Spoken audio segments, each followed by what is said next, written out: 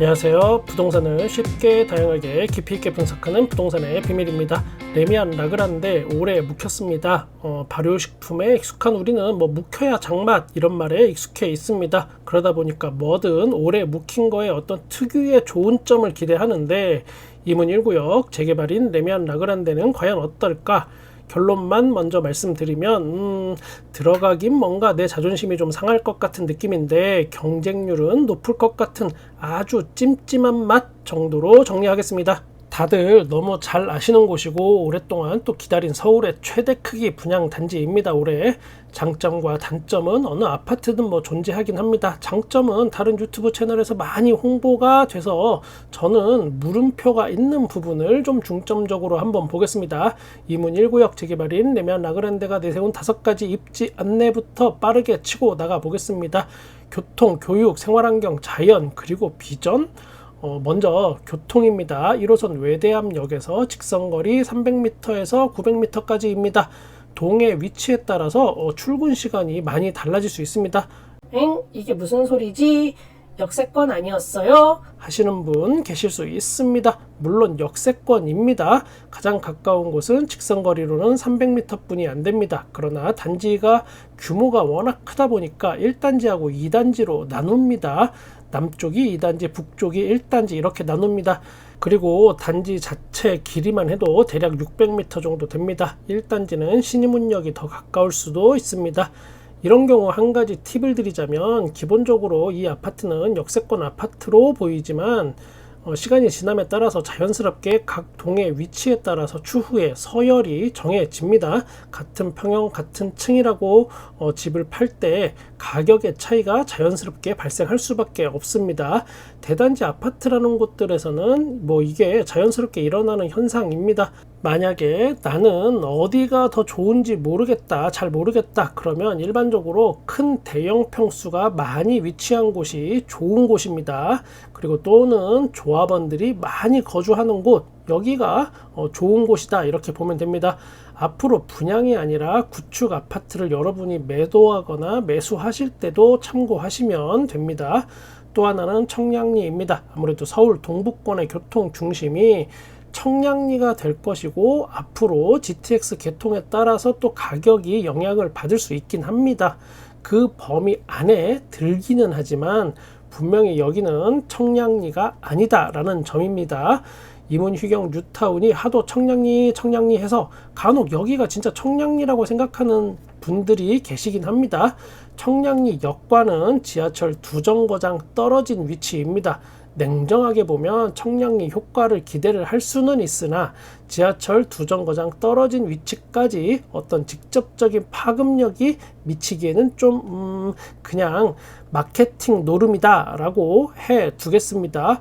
이 마케팅 노름이 다 끝나고 여기 분양이 다 끝나고 다 철수하고 난 다음에는 어떻게 될까? 그건 그 외에 교통면에서 확인해 볼 것은 동부간선도로, 북부간선도로, 내부순환로 이렇게 다양하게 홍보를 많이 하고 있는데 확실한 거는 다른 건 다 필요 없고 동부간선도로 진입은 가깝지만 올라타는 게 쉽지는 않습니다. 이보다 더 북쪽에 그러니까 장인 뉴타운 아니면 노원구에 사시던 분들이 여기를 이사를 오신다면 쉽게 적응이 되시긴 하실 겁니다. 거기보다는 지루함이 덜한 곳은 확실합니다. 그러나 출퇴근 코스로는 좀 쉽지는 않다. 요거 말씀드립니다. 이곳의 가장 큰 이슈는 사실 바로 앞에 있는 도로부터 청량리까지 연결이 되는 이 구간입니다. 도로가 굉장히 협소하고 우회할 만한 도로가 딱히 없는 여기가 외통수입니다. 여기에 이 도로가 이문 1구역 3000세대, 이문 3구역 4300세대, 이문 4구역 3600세대가 다 입주를 하게 되면 10,000세대가 넘습니다. 일단 이문 1구역과 이문 3구역이 요만한 도로를 지금 마주보고 사용해야 하는 지경입니다.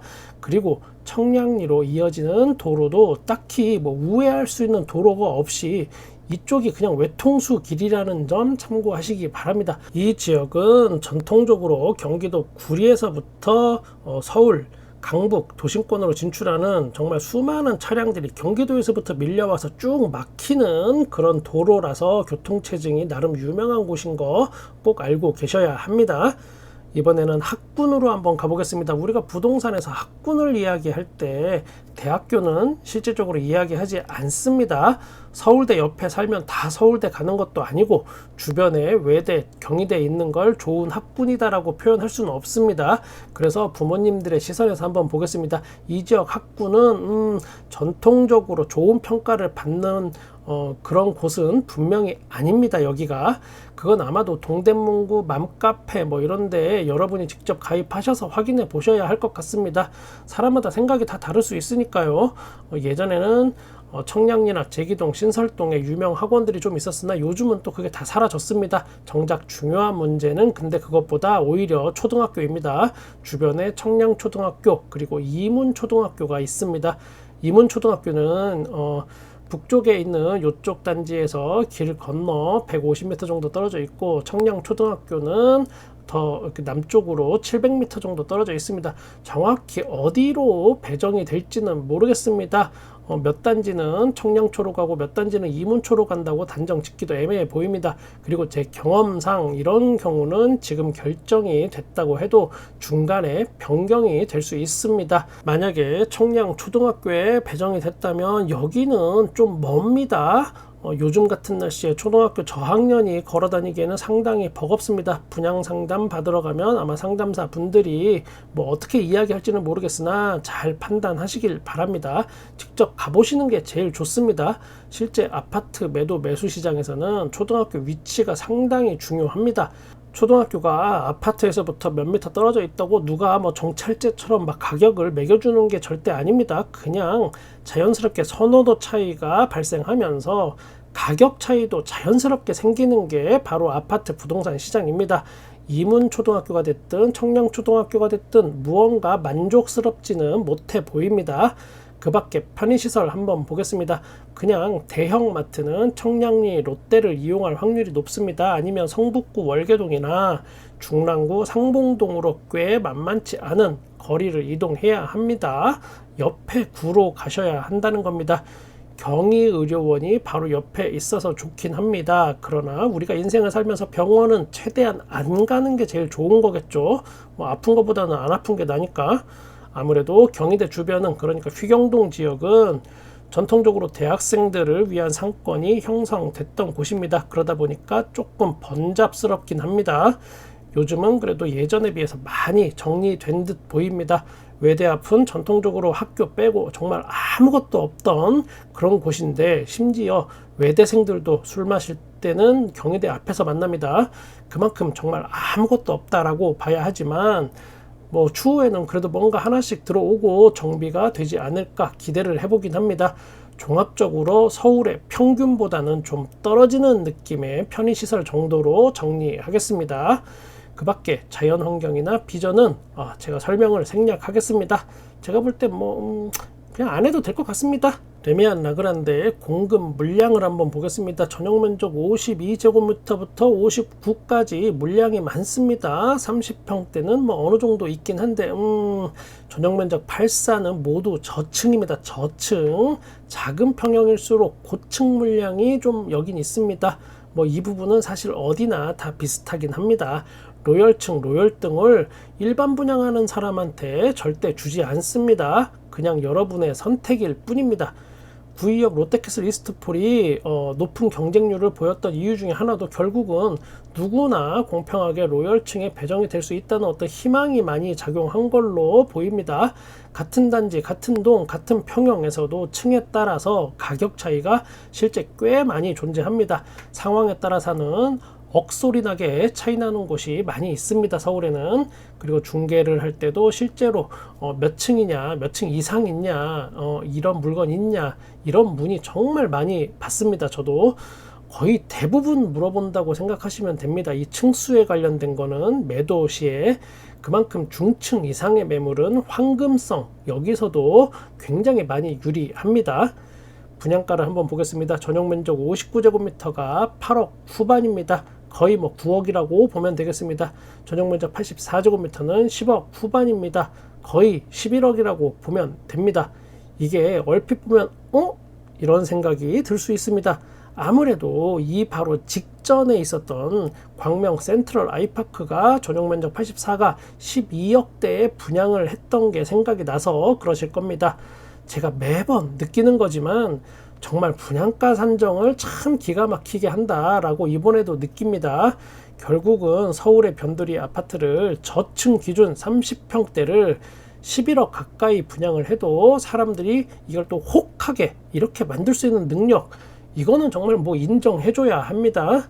이번에는 또 주변 시세 알아보겠습니다. 마땅히 이거를 1대1로 비교할 곳이 없어서 레미안 아트리치하고 또 휘경 SK뷰의 현재 실거래가를 기준으로 개략적인 이야기를 드리겠습니다. 두 단지 모두 2019년식으로 신축급이라고 보시면 됩니다.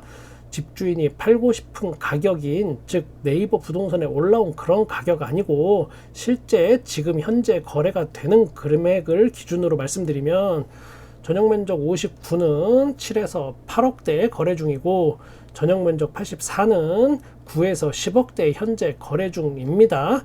지금 시세를 기준으로 한다면 어떤 큰 시세 차익을 기대하기는 어려워 보입니다. 물론 입주하고 몇 년 후에 매도 시점을 잡는다고 가정하면 10년 후에는 과연 여기가 어떻게 될지 예상해 보시는 게 맞는데 그걸 또 정확하게 예상하기란 어렵습니다.